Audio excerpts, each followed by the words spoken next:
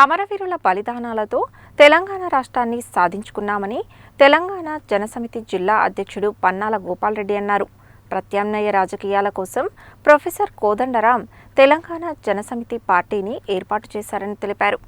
తెలంగాణ జనసమితి ఆవిర్భావ దినోత్సవ వేడుకలను నల్గొండ జిల్లా కేంద్రంలో ఘనంగా నిర్వహించారు. పార్టీ జెండాను టీజేఎస్ జిల్లా ప్రధాన కార్యదర్శి గుండెబోయిన నాగేశ్వరరావు ఆవిష్కరించారు. ఈ సందర్భంగా పన్నాల గోపాల్రెడ్డి మాట్లాడుతూ టీజేఎస్ ఆవిర్భావం నుండి నేటి వరకు ప్రతిపక్ష పాత్రను పోషిస్తున్నామని తెలిపారు. ధరణిలో లోపాలను సవరించాలని పోరాటాలు చేశామని, ధాన్యం కొనుగోలు చేయాలని ఉద్యమాలు నిర్వహించామని చెప్పారు. పెండింగ్ ప్రాజెక్టుల సాధన కోసం కృష్ణా జలాల పరిరక్షణ యాత్రను చేపట్టామని తెలిపారు.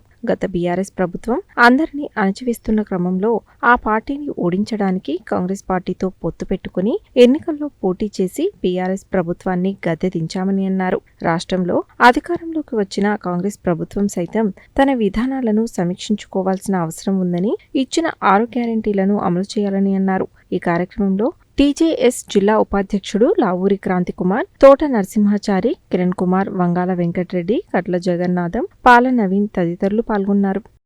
తెలంగాణ ఉద్యమకారుల త్యాగాల ఫలితంగా, అమరవీరుల బలిదానాల ఫలితంగా స్వరాష్ట్రం తెలంగాణ రాష్ట్రాన్ని సాధించుకోవడం జరిగింది.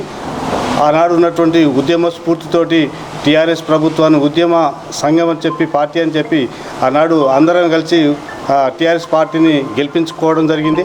తర్వాత పరిపాలన విధానాలలో ఎటువంటి మార్పు లేకుండా గత ప్రభుత్వాలాగానే వనరులన్నింటిని కూడా దోసుకుంటూ, తర్వాత అవినీతికి పాల్పడుతూ, అప్రజాస్వామిక విధానాలు కొనసాగిస్తూ ఉద్యమకారులను అణిచివేస్తున్నటువంటి సందర్భంలో ప్రొఫెసర్ కోదండరాం సార్ ఇప్పుడున్నటువంటి రాజకీయాలకు ప్రత్యామ్నాయ రాజకీయాల ఏర్పాటు కోసం తెలంగాణ జనసమితి పార్టీని ఏప్రిల్ 29, 2018లో ప్రొఫెసర్ కోదండరాం సార్ అధ్యక్షతన ఈ ఆవిర్భావం జరిగింది.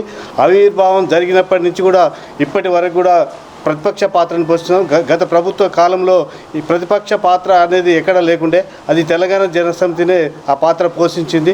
ముఖ్యంగా ఆనాడు భూ రికార్డులను సవరించడం, ధరణిలో ఉన్నటువంటి లోపాలను సరిచేయాలని చెప్పి రాష్ట్రంలో అన్ని మండల కేంద్రాలలో ధర్నాలు చేసి వినతి పత్రాలు కూడా మేము ఇవ్వడం జరిగింది. ఉన్నటువంటి పంటల గిట్టుబాటు ధర, ఐకేపీ సెంటర్లు తిరిగి అక్కడ కూడా గిట్టుబాటు ధర కల్పించాలని చెప్పి మేము ఉద్యమాలు చేయడం జరిగింది. ముఖ్యంగా రైతులకు రైతు భరోసా ఇవ్వవలసిందే. ఉద్యోగులకు ఏ రాష్ట్రంలో పెండింగ్లో లేనటువంటి 5 డిఏలు పెండింగ్లో ఉన్నాయి పెన్షనర్స్లకు కూడా.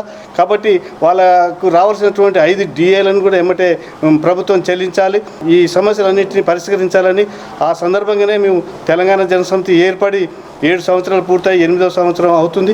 ఆ సందర్భంగా తెలంగాణ జనసమితి పార్టీ ఆవిర్భావ దినోత్సవం ఈరోజు నల్గొండ జిల్లా కార్యాలయంలో ఘనంగా నిర్వహించుకోవడం జరిగింది.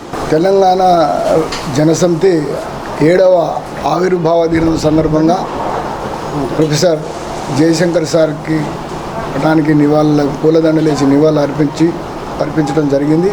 ఈ సందర్భంగా ముఖ్యంగా తెలియజేసేది ఏంటంటే, ఆపరేషన్ కగార్ పేరుతోటి అమాయకులైనటువంటి ఆదివాసీ గిరిజనులను వందలాది మందిని కేంద్రంలో ఉన్నటువంటి బీజేపీ ప్రభుత్వం మట్టుపెడతా ఉన్నది. దీన్ని తక్షణమే ఆపాలని చెప్పేసి అన్ని ప్రజా సంఘాలు కోరుతూ ఉన్నాయి.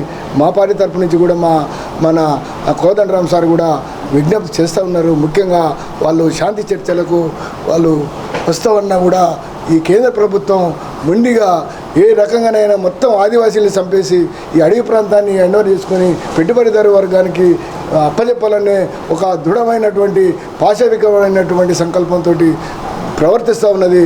మీరు శాంతియుతంగా ఉంచాలని చెప్పేసి ఈ సందర్భంగా మనం చేస్తాం.